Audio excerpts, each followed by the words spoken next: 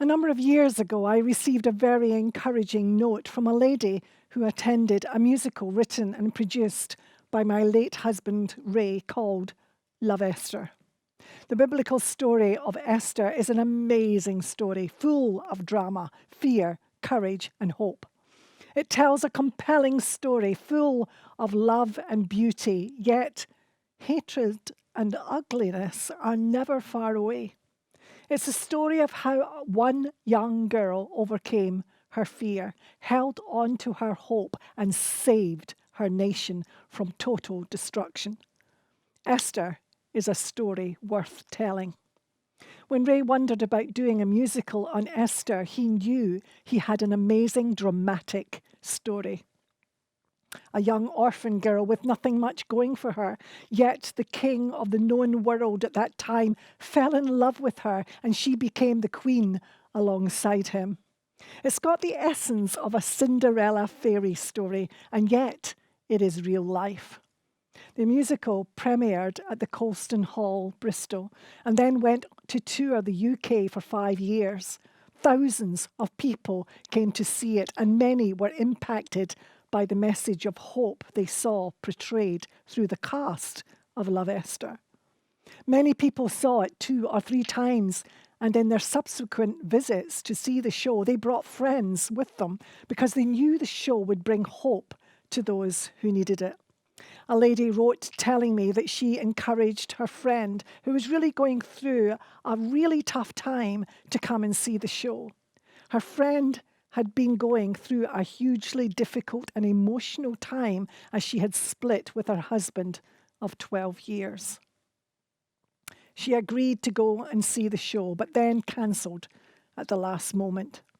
However, she eventually allowed herself to be convinced and finally agreed to come along with her son. She came to see the show angry with her husband and was at that point looking to get a divorce. Halfway through the show, as the young Esther danced with the king, she turned to her friend who had convinced her to come and said, "I still love him." She loved the show and cried her way through the second half before dancing at the last song, Salvation Day. From that time on, she realized her marriage was worth fighting for. She forgave her husband and he moved back into their family home. Some months later, they had a marriage blessing ceremony at her local church where they both declared their love for each other. What a wonderful story of reconciliation and hope. This lady's situation might have seemed impossible to change, yet through love and forgiveness, the outcome was different from what everyone was expecting. In 1 Kings 20, we find 2 situations that seem impossible. The nation of Israel was being attacked by a vast army. Israel only had 7,000 soldiers.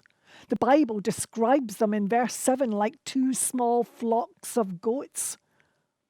The situation was dire, but they had God on their side. The first time they fought each other, the nation of Israel won. But their enemy said they only won because their gods are the gods of the hills. We will fight them again, and next year in the plains, and we will win, for surely we are stronger than them.